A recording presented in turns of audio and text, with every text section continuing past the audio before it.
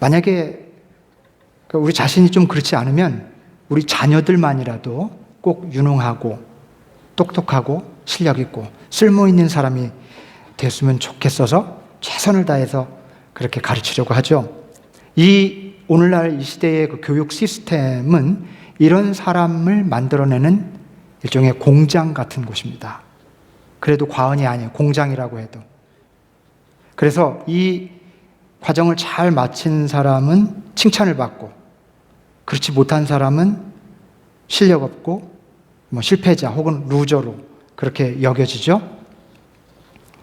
자, 그런데요, 이 유능한, 쓸모 있는, 생산적인 이런 말은 본래 물건을 만들어내는, 물건을 생산하는 기계에다가 붙이는 말입니다.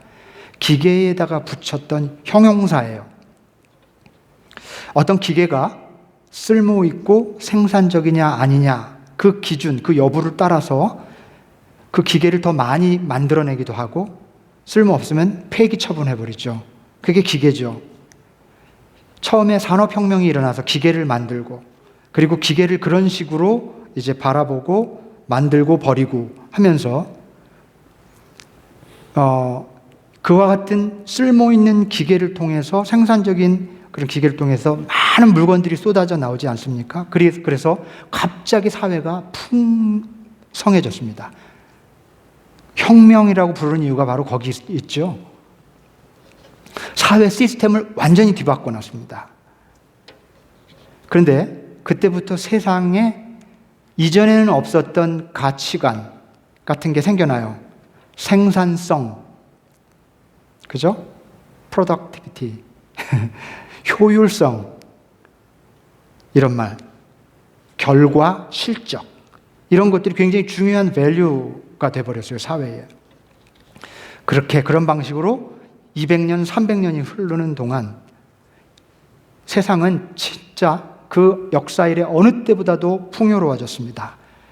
그런데 그러면 그쯤 되면 인간이 이제 됐다, 이 정도면 충분하다 해야 되는데, 인간의 욕심의 크기도 확장이 됐어요. 욕심은 한계가 없대요. 풍성하면 더 갖기를 원하는 거죠.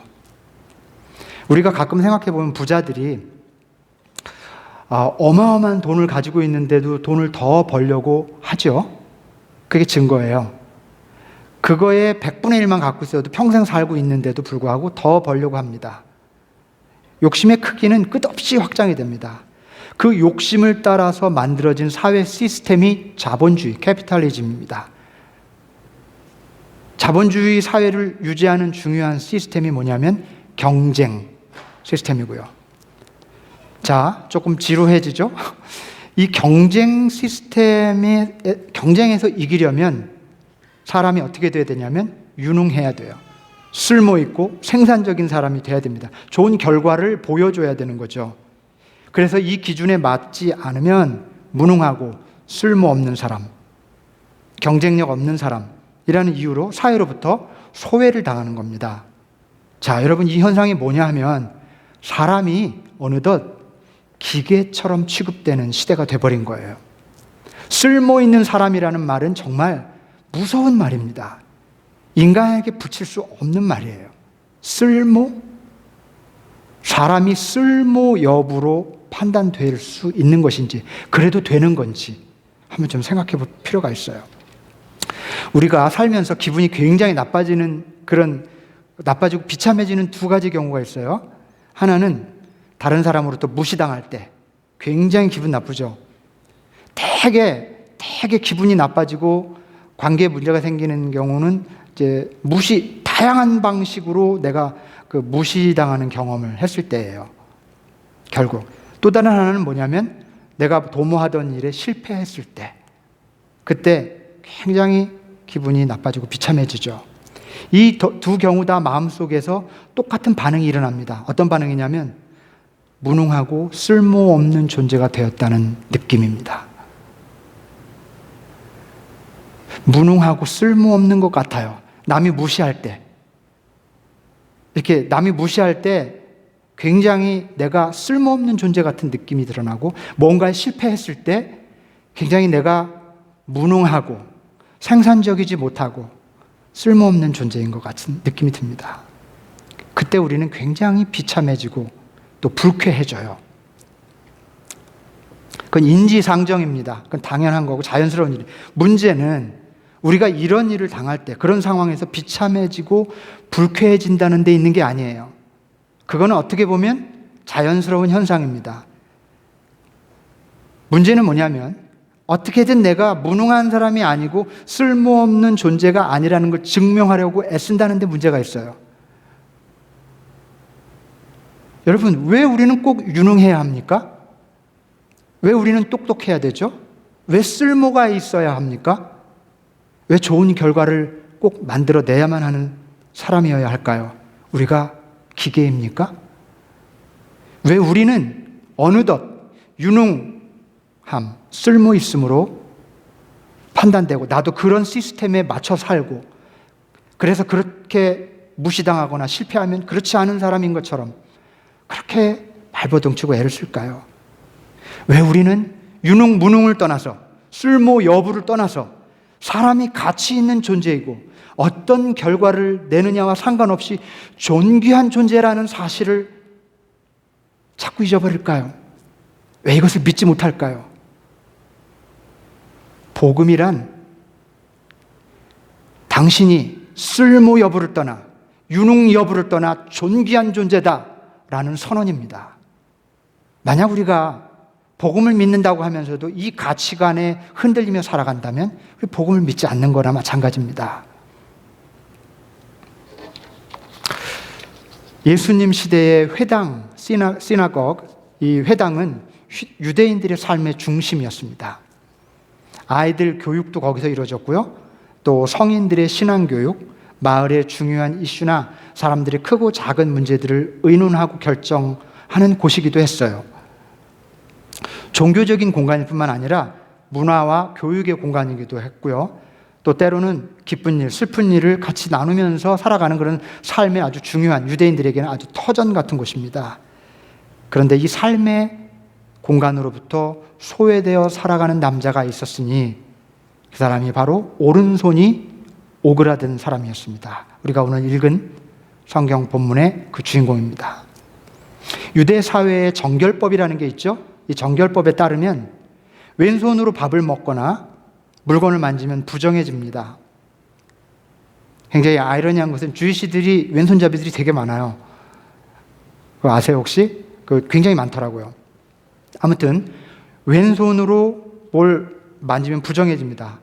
밥을 먹을 때나 그리고 제사를 드리기 위해서 제물을 이렇게 다룰 때 그리고 중요한 계약을 할 때 자녀에게 축복을 해줄 때도 반드시 오른손으로 해야만 합니다. 그러지 않으면 무효가 돼요. 계약도 무효, 제사도 무효. 자녀에게 축복을 빌어주는 게 왼손으로 하면 무효입니다. 꼭 오른손으로 해야 돼요. 그런데 그런 정결법이 존재하는 사회에서 오른손이 말라버렸어요. 오그라들었어요. 자, 그렇다면 어떤 일이 벌어질까요? 이 사람의 삶은 어떻게 될까요? 제사를 못 드립니다. 유대 사회에서 제사 못 드리면 그거로 그냥 사회 구성원으로선 불가능하다는 뜻입니다. 제사 못 드리고 중요한 계약을 못하고 자녀에게 축복을 해주지도 못할 뿐 아니라 이웃과도 못 어울립니다. 왜냐하면 그 사람은 오른손을 쓸 수 없기 때문에 뭐든지 왼손으로 써요. 그러면 이 사람은 부정하고 물건도 부정해지고 그 모든 게 삶이 부정해지는데 이웃이 그와 함께하면 그 사람도 부정해집니다. 그렇기 때문에 사람들도 이 사람에게 오지 않고 이 오른손 마른 사람도 사람들에게 잘 안 가려고 노력합니다. 그게 다른 사람을 위한 배려니까요. 얼마나 삶이 비참했을까요? 완전히 소외된 외로운 사람입니다. 그런데 여러분 놀라운 게 이렇게 단절돼서 살던 사람이 예수님이 회당에 오셔서 말씀을 전하실 때 나타난 거예요. 그 자리에. 사람들이 막 수근수근 거렸을 겁니다. 만약에 이 자리에 그 노숙자가 술이 만큼 취한 채로 냄새나는 옷을 입고 이렇게 들어오면 우리가 막 이렇게 수근거리고 그렇게 보기가 쉽죠? 그런 것처럼 그 회당에 그 사람이 나타났다는 것 자체가 사건입니다. 그런데 예수님이 그를 향해서 일어나서 이리로 나오라고 그렇게 얘기하는 거예요. 일어나서 이리로 나와서 가운데 서라고 합니다. 센터에. 남에게 폐가 될까 두려워서 자신을 소외시키며 숨어 살아왔던 사람을 향해서 일어나서 가운데로 서라 라고 말씀하신 것은 당신은 더 이상 스스로를 소외시키지 말라 그렇게 말씀하신 거죠. 너는 그럴 필요가 없다 이렇게 말씀하시는 겁니다. 정결법을 확 뒤집는 거예요. 그 관례, 당시의 그 풍습들, 그 사람들이 가지고 있던 상식을 완전히 뒤엎어버리는 겁니다. 그리고 뭐라고 하시냐면 내 손을 내밀어라. 만지면 안 돼요, 예수님. 예수님이 랍비고 거룩한 말씀을 전하는데 손을 내밀어라. 지금 만지려고 하시는 것 같죠? 내 부끄러운 부분을, 부끄럽다고 생각된 부분을 감추지 말고 떳떳하게 드러내라는 겁니다. 내가 오른손이 말랐다 해도, 내가 다른 사람에게 보여주기 부끄럽다 해도 그것은 전혀 그런 게 아니다. 내가 그렇다 해도 너는 존귀한 존재라고 선언하고 계시는 겁니다. 그래서 이 말씀은 그 사람이 누구이며 어떤 형편에 처해 있든지 사람은 그 자체로 굉장히 소중한 존재라는 것을 보여주는 메시지입니다. 여러분, 우리도 저마다 마른 손이 있어요. 마른 손. 이 남자처럼. 우리는 손이 아닐지도 몰라요. 그리고 보이지 않는 육체가 아닐지도 모릅니다. 우리 내면의 습관일 수도 있고 중독성 습관 같은 것들일 수도 있고 또 고쳐지지 않는 나쁜 마음의 버릇일 수도 있고 상처일 수도 있습니다. 마른 손이 저마다 있습니다. 그리고 남들보다 좀 덜 살아요. 저 사람은 높은 지위에 있는데 나는 높지 않은 지위에 있어요. 저 사람은 멋있는 직업을 갖고 있는데 나는 멋있는 직업을 갖고 있지 않아요. 이런 것도 마른 손이에요. 감추고 싶어요. 별로 드러내고 싶지 않은 겁니다. 그것 때문에 위축되고 남에게 보여주고 싶지 않고 때로는 그것 때문에 내 삶이 불안하기도 하고 자유롭지 못해서 감추어둔 마른 손이 우리 저마다 있다는 겁니다. 여러분, 그게 무엇이든 간에 일어나서 가운데 서라고 말씀하신 예수님의 말씀을 들으실 수 있기를 바랍니다. 그리고 내 손을 내밀어라 하신 말씀을 따라 여러분 그거 감추지 마십시오. 왜냐하면 비록 마른 손을 가지고 있는 존재라 할지라도 여러분 하나님 앞에서 너무나 귀한 존재들이기 때문입니다.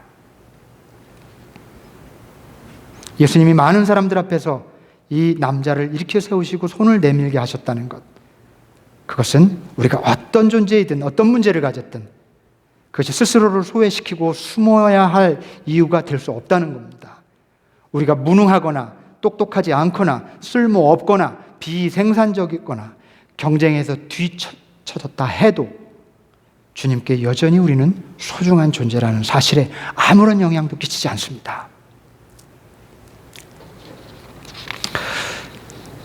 제가 오늘 여러분 앞에 자주 말씀드리는 이야기를 한 토막 또 나눠드리겠습니다. 들으셨어도 또 나누고 싶어서 가져왔어요. 라르시 공동체 이야기입니다. 라르시 저한테 많이 들으셨죠? 중증 장애인들이 모여 사는 라르시 공동체. 토론토에 살 때 있는 그 공동체에 매주 목요일마다 예배가 있었어요. 장애인들이 같이 나와서 예배드립니다. 그 라르시 공동체는 많은 장애인을 수용하는 곳이 아닙니다. 거의 버려지고 부모조차도 케어하기 어려운 그런 장애인들을 이 공동체에서 아주 엄밀한 심사 끝에 받아서 소수만 데리고 그들을 위해서 같이 살아가는 거예요.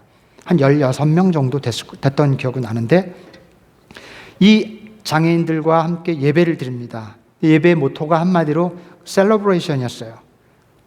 그리고 사실 그거는 굉장히 성서적입니다. 예배는 축하예요, 축하. 하나님을 축하하고 우리 이웃을 축하하고 모자라고 실패해도 축하하는 그 셀러브레이션이죠. 말씀, 성찬, 찬양, 그 모든 게 그 연약한 사람들을 축하하는 데 포커스가 맞춰져 있습니다. 여러분, 예배 제가 굉장히 감동을 받았던 순간은 어떤 순간이었는가 하면, 예배 중간에 나눔의 시간이 있어요. 그날 하루 혹은 어제 지난 한 주 있었던 일을 나누는데, 이 장애인들은 대부분 말을 잘 못해요. 중증이거든요. 거의 휠체어에 누워 있습니다. 그래서 이 사람들이 나눌 수가 없어서 그 사람을 맡고 있는 도우미, 헬퍼가 대신 나눠줍니다. 이런 식이에요. 오늘 제임스는 햇살을 15분이나 쐬었어요. 그러면 사람들이 가서 제임스 축하해. 햇살을 15분이나 쐬었다니 막 축하해 줍니다. 장애인이지만 그게 너무 기쁜 거예요. 남들이 축하해 주는 거예요.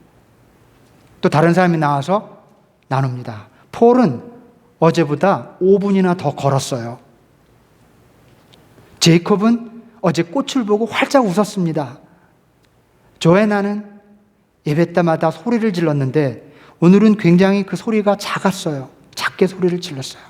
이런 이야기를 나눌 때마다 크게 박수를 치고 가서 너무 잘했다고, 가서 그 장애인을 허그해주고 기뻐하고 축하해주는 거예요. 얼마나 감동이 되던지요. 그 장면을 보고 얼마나 부끄러워지던지요.